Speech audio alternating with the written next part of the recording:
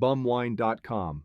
Call them bum wines, street wines, fortified wines, wino wines, or twist cap wines. Whatever you call these beverages for the economical drunkard, this page explores the top 5, so curl up on a heating duct and enjoy. Cisco, 18% alcohol by volume. Cisco is bottled by the USA's second-largest wine company, Canandaigua Wine Company, in Canandaigua, New York and Naples, New York. The same company as Wild Irish Rose, known as liquid crack, for its reputation of wreaking more mental havoc than the cheapest tequila. Something in this syrupy hooch seems to have a synapse-blasting effect, not unlike low-grade cocaine. The label insists that the ingredients are merely citrus wine and grape wine with artificial flavor and artificial color, but anyone who has tried it knows better. Tales of Cisco-induced semi-psychotic fits are common. Often, people on a Cisco binge end up curled into a fetal ball, shuddering and muttering paranoid rants. Nudity and violence may well be involved too. Everyone who drinks this feels great at first and claims, "It's not bad at all, I like it," but you really do not want to mess around with this one because they all sing a different tune a few minutes later, and by tune I mean the psychotic ramblings of a raging naked bum. In 1991, Cisco's tendency to cause a temporary form of inebriated insanity led the Federal Trade Commission to require its bottlers to print a warning on the label, above right. The FTC also forced them to drop their marketing slogan, "Takes you by surprise," even though it was entirely accurate. Read the FTC's full investigation on their own webpage at this link. For release on March 12, 1991. Canandaigua Wine Co. agrees to advertising packaging changes for Cisco fortified wine to settle FTC charges. The maker of Cisco, a flavored wine product that contains as much alcohol as 5 1-ounce servings of vodka, has agreed to settle charges with the Federal Trade Commission that the packaging, marketing, and advertising of Cisco represent the product as a wine cooler or other low-alcohol, single-serving drink, and that this has led to cases of alcohol poisoning where victims required hospital emergency care. Under a consent agreement announced today for public comment, Canandaigua Wine Company, Canandaigua, henceforth, would be prohibited from representing that Cisco is a low-alcohol product, from implying that a bottle of Cisco constitutes a single serving, and from encouraging retailers to display Cisco next to low-alcohol products like wine coolers. The agreement also would require Canandaigua to change the shape of the bottle so that its neck is more elongated, to change the color of the bottle glass from clear to dark green, and to recall retail displays implying Cisco is a single-serving beverage. Cisco has been the subject of numerous recent news stories. In a January news conference, U.S. Surgeon General Antonia C. Novello said of Cisco's current packaging, "It looks like a wine cooler, it smells like a wine cooler, but it isn't." Novello has expressed approval of the new Cisco packaging, designed to bring an end to what she called nationwide reports of alcohol poisoning among teenagers. The FTC's complaint against New York-based Canandaigua claims that the color and shape of the Cisco bottle resembles that of other low-alcohol single-serving beverages such as wine coolers. Beverages are considered low alcohol if they contain less than 7% alcohol. Also, the complaint alleges, the colors and flavors in which Cisco comes are similar to the colors and flavors of many wine coolers.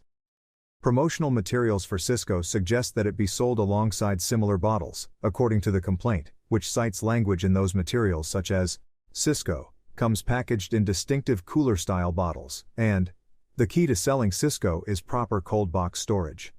The FTC complaint further charges that advertisements imply that a bottle of Cisco can be consumed as a single serving.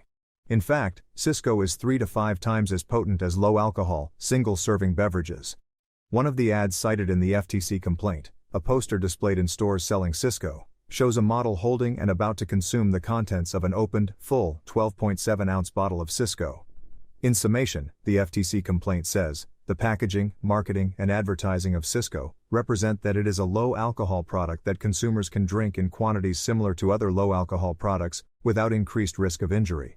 In fact, the complaint charges, these representations are deceptive because Cisco is neither a wine cooler nor a low-alcohol single-serving beverage, but rather a 20% alcohol product that is 3 to 5 times as potent as low-alcohol beverages. Further, consumption of Cisco has resulted in consumer injury, the complaint alleges. To settle the charges, Canandaigua has agreed to stop the following: representing that Cisco, or any other flavored product containing more than 14% alcohol, is a low-alcohol beverage. misrepresenting the package of such a product to be a single serving, unless it is packaged in a container of 100 milliliters or less. Encouraging distributors and retailers to display such a product adjacent to low-alcohol beverages. Canandaigua has agreed to change the shape and glass color of the bottle for Cisco, and to begin shipping the product in the new bottle and packaging after July 1, 1991, unless events beyond its control delay repackaging. The Surgeon General and the Bureau of Alcohol, Tobacco and Firearms have approved the proposed repackaging of Cisco fortified wines. The settlement with the FTC would become a binding agreement. Under the agreement, Canandaigua would also send a letter to all distributors and retailers of Cisco, asking them to stop displaying promotional materials for Cisco that imply Cisco is a single-serving beverage. The letter would request that Cisco not be displayed adjacent to any low-alcohol beverage and that, instead, it be displayed with other fortified wines if the store carries such products. The proposed consent agreement is subject to public comment for 60 days, after which the Commission will decide whether to make it final. Comments should be addressed to the Office of the Secretary, Federal Trade Commission, 6th Street and Pennsylvania Avenue, NW, Washington, D.C. 20580. Copies of the agreement, the complaint, and an analysis of the agreement are available from the FTC's Public Reference Branch. Note: a consent agreement is for settlement purposes only, and does not constitute an admission by the company that it violated the law. When the Commission issues a consent order on a final basis, it carries the force of law with respect to future actions. Each violation of such an order may result in a civil penalty of up to $10,000. Since those days, Cisco is harder to find outside the slums, although the FTC's demonizing of the drink only bolstered its reputation for getting people trashed. Anyone who overlooks the warning and confuses this with a casual wine cooler is going to get more than they bargained for. Cisco will make a new man out of you, and he wants some too. Our research shows that Cisco is actually the second best tasting of the 5 great bum wines, especially if you're having one of those hankerings for cheap vodka, Jello, and Robitussin. We must also note that Cisco is the best of all 5 bum wines at putting the darkest and puffiest bags under your eyes. The nuclear-tinted color of Cisco Red is reminiscent of diesel fuel. Most Cisco flavors are named by the fruit flavor that they are trying to emulate, but the one in the picture is simply called Red. This chemical disaster will get your head spinning in no time. A test subject reports, Strawberry Cisco has a bouquet similar to that of Frankenberry cereal fermented in wine cooler with added sprinkle of brandy for presentation. The sticky, sickeningly sweet taste with a hint of antifreeze really comes through in the repellent taste of Cisco. Available in various flavors, 375 milliliters and 750 milliliter sizes. Down a whole 750 and you had better be ready to clear your calendar as you suffer through Cisco's legendary 2-day hangover. Night Train, 17.5% alcohol by volume. Don't let the 0.5% less alcohol fool you. The Night Train is all business when it pulls into the station, all aboard to nowhere. Woo-woo, the Night Train runs only one route, sober to stupid with no round-trip tickets available, and a strong likelihood of a train wreck along the way. This train-yard favorite is vinted and bottled by E&J Gallo Winery in Modesto, California. Don't bother looking on their webpage because they dare not mention it there. As a clever disguise, the label says that it is made by Night Train Limited. Some suspect that Night Train is really just Thunderbird with some Kool-Aid-like substance added to try to mask the Clorox flavor. Some of our researchers indicated that it gave them a NyQuil-like drowsiness, and perhaps this is why they put night in the name. The picture, above right, shows that the subject that drank Night Train is down for the count, while the Cisco guzzling subject is ready to rock, guaranteed to tickle your innards. Thunderbird, 17.5% alcohol by volume. As pictured to the left, look for the pigeon feces and you'll find this old bird. As soon as you taste this swill, it will be obvious that its makers cut every corner possible in its production to make it cheap. Self-proclaimed as the American classic, Thunderbird is vinted and bottled once again by E&J Gallo Winery in Modesto, California. Disguised like Night Train, the label says that it is made by Thunderbird Limited, If your taste buds are shot and you need to get trashed with a quickness, then T-Bird is the drink for you. Or, if you like to smell your hand after pumping gas, look no further than Thunderbird. As you drink on, the bird soars higher while you sink lower. The undisputed leader of the five in foulness of flavor, we highly discourage drinking this ghastly mixture of unknown chemicals unless you really are a bum. A convenience store clerk in Show Low, Arizona once told me that only the oldest of stumbling Indian drunks from the reservation buy Thunderbird, available in 750 milliliter and a devastating 50-ounce jug. The history of Thunderbird is as interesting as the drunken effects one experiences from the wine. When Prohibition ended, Ernest Gallo and his brothers Julio and Joe wanted to corner the young wine market. Ernest wanted the company to become, quote, the Campbell Soup Company of the wine industry, so he started selling Thunderbird in ghettos around the country.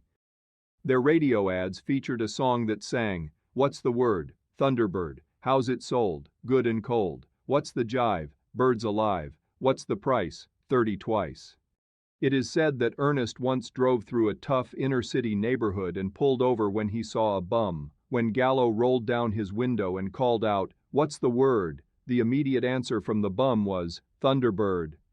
Warning, this light yellow liquid turns your lips and mouth black. A mysterious chemical reaction similar to disappearing reappearing ink makes you look like you've been chewing on hearty clumps of charcoal.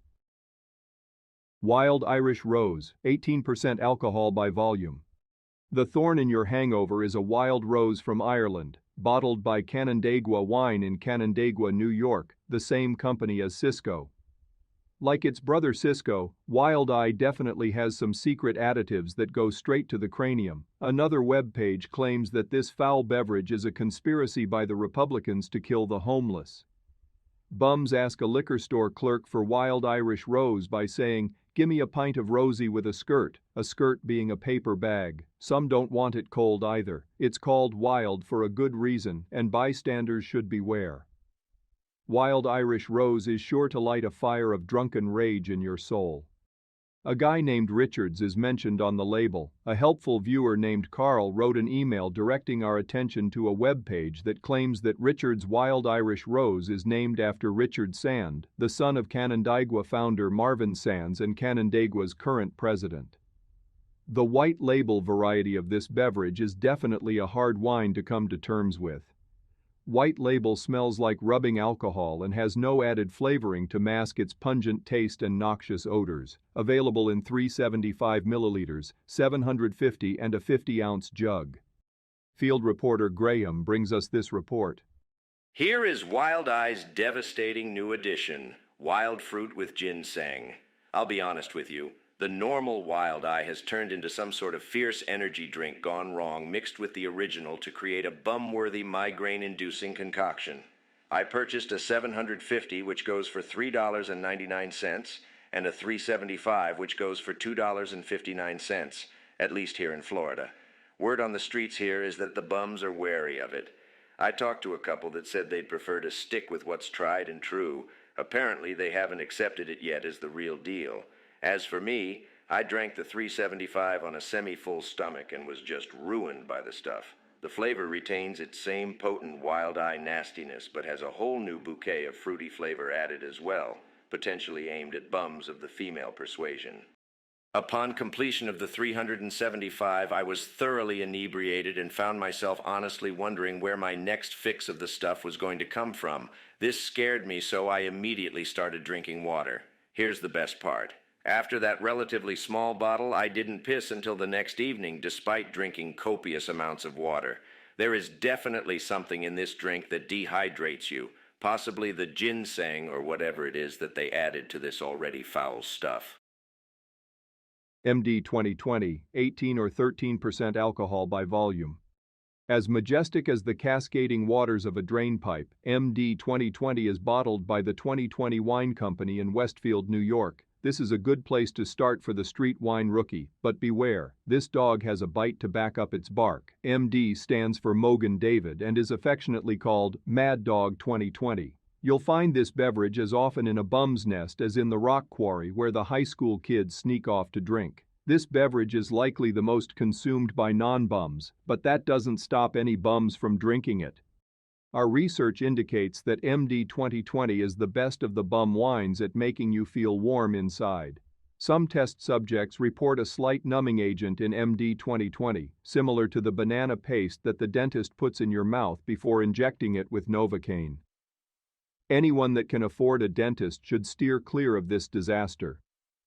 Available in various nauseating tropical flavors that coat your whole system like bathtub scum, but only the full red grape wine flavor packs the 18% wallop. Liquor stores are starting to be infiltrated by a 13% variety of MD 2020 red grape. There is also a new blue raspberry flavor with bling bling. Even the lowest functioning of bums will know not to get swindled out of 5%. Rankings. Category 1, Worst Taste. Number 1, Thunderbird. Number 2, Wild Irish Rose. Number 3, Night Train. Number 4, Cisco. Number 5, MD 2020. Category 2, Getting Wasted. Number 1, Cisco. Number 2, Thunderbird. Number 3, Night Train. Number 4, Wild Irish Rose. Number 5, MD 2020. Category 3, Warmth. Number 1, MD 2020. Number 2, Thunderbird. Number 3, Wild Irish Rose. Number 4, Night Train. Number 5, Cisco. Each wine put forth some stiff competition, and the judging was difficult. The bottom line is, these wines are all horrible. We did the research so you can stay away from them. The great street wines are pretty much evenly priced and range between $1.10 up to $2.80, depending on the tax and transportation costs in your area. Of course, with all 5, the first sip is always the foulest. You will feel a trail of flames all the way down your esophagus and into your stomach. We do not recommend chugging any of these beverages, but you don't want to drink too slow or it will get piss warm. The bottle tells you to serve very cold, and we recommend heeding those words. Nobody in any of our tests dared to drink more than 750 milliliters, and we do not recommend even that much. Go with the 375 milliliters bottle where available and see how that sits with you before proceeding. Anything more and you are risking a blackout. Don't drink too much of any of these or you might find yourself at the local middle school sniffing bicycle seats. You may even worship the sun. Other dishonorable mentions. Boone's Farm, 7% alcohol by volume. Boone's Farm just does not have enough alcohol per volume to be a bum wine. In a bum's mind, heavy-hitting competitors such as T-Bird, Rosie, and Wild Eye leave Boone's in the dust. If Boone's would make a 17% alcohol by volume version at the same price, perhaps bums would reach for it. This sugary swill is more of an underage drinker's economy wine than a bum wine. You won't find empty Boone's bottles in any rail yard or heating vent, but you will find it in the local bowling alley parking lot or makeout spot. There is just no bumvidence to substantiate the bumworthiness of Boone's Farm. Buckfast tonic wine, 17% alcohol by volume. Huge demand from our friends in Scotland made it impossible to ignore this drink. However, the difference in the American English dialect has caused a misunderstanding about the purpose of this website. The word bum in the U.S. more commonly means a homeless person, also known as a tramp, a hobo, or a wino. The purpose of this website is to review wines that are popular with homeless people. Buckfast is made in Devon, England at Buckfast Abbey by Benedictine monks. True to its name, Buckfast will get you bucked up real fast. Buckfast was thick, with a strong taste of molasses. There was also a hint of some type of herb reminiscent of oregano, and a soapy aftertaste. Like some of its high-sugar American counterparts, Buckfast gets you fired up and full of energy. A report from BBC News and one from the New York Times shows a connection between Buckfast and violent crime. Of the offenders who had been drinking immediately before their violent offense, more than 40% had been drinking Buckfast. According to the report, each bottle contained 281 milligrams of caffeine, the same amount as 8 cans of Coke. Despite its reputation for violent hooligans, with Buckfast's hefty price of about $8 US per bottle, we were skeptical that homeless winos would spend their hard-earned coins when there are cheaper alternatives. Our contacts in Scotland tell us that only the most hardened alcoholics drink this beverage, but the homeless winos reach for cheaper alternatives. Like the great Sherlock Holmes, our UK investigator hit the alleys of London to see if there was any bumvidence to support Buckfast as a popular drink among homeless people. The discarded bumvidence littered in bums' nests pointed to the much more economically viable hard cider in 3-liter plastic jugs as the drink of choice rather than any of the wines. Our reporter brought a 3-liter jug of White Ace cider back to the States, which is 7% alcohol per volume and only about $3.50 US for the whole 3-liter jug. When the test subject drank the whole bottle of White Ace in Las Vegas, the effects were severe. He got kicked out of Four Queens Casino for washing his hands in a urinal, then fell asleep for 3 hours and woke up soaked in his own urine. See picture to the right. He woke up and got into a 6-year-old's pirate costume, ran around slapping gamblers in the gut, got kicked out of the Imperial Palace and became so obnoxious that his friends put him on a plane and sent him home early. In summary, there are readily available cheaper alternatives to Buckfast that have similar alcohol content. As far as we can determine, Buckfast is a wine for alcoholics, but out of the price range of the destitute homeless. Nevertheless, we salute it. Just look at what White Ace can do to a man. Ripple, unknown alcohol by volume. I get a lot of requests to review Ripple wine. We would love to review this drink, but apparently this wine vanished many years ago. We could not even find a picture of it on the internet anywhere, although it is mentioned in several places. Bumwine enthusiast Tesco came across Ripple in an episode of Sanford & Son called The Party Crasher from Season 3, and we were able to grab the screenshots below. Bright's Pale Dry Select Sherry, 20% alcohol by volume. This wine is most widely available in Canada. It is priced at an economically viable $5 per bottle and packs a 20% wallop. Pale Dry Select Sherry is definitely one of the most explosive bum wines out there. As test subjects have reported, Pale Dry Select Sherry is putrid and sickeningly sweet. However, mixed with ginger ale it is tolerable. Bright's Sherry made our test subject quickly curl up in the fetal position and later wake up crying. If you are planning to drink a full bottle or more, make sure you have a sober person that you trust around to take care of you, because you will likely need assistance. Jeppson's Malört, 35% alcohol by volume. This foul Swedish liquor seems to be indigenous to Chicago. The word Malört means wormwood in Swedish. The tagline on the label says it all.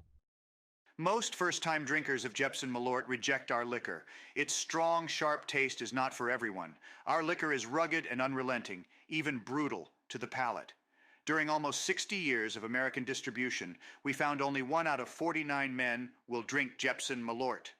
During the lifetime of our founder, Carl Jeppson was apt to say, "My Malört is produced for that unique group of drinkers who disdain light flavor or neutral spirits." It is not possible to forget our two-fisted liquor. The taste just lingers and lasts, seemingly forever. The first shot is hard to swallow. Persevere. Sick. Make it past 2 shot glasses, and with the third you could be ours forever.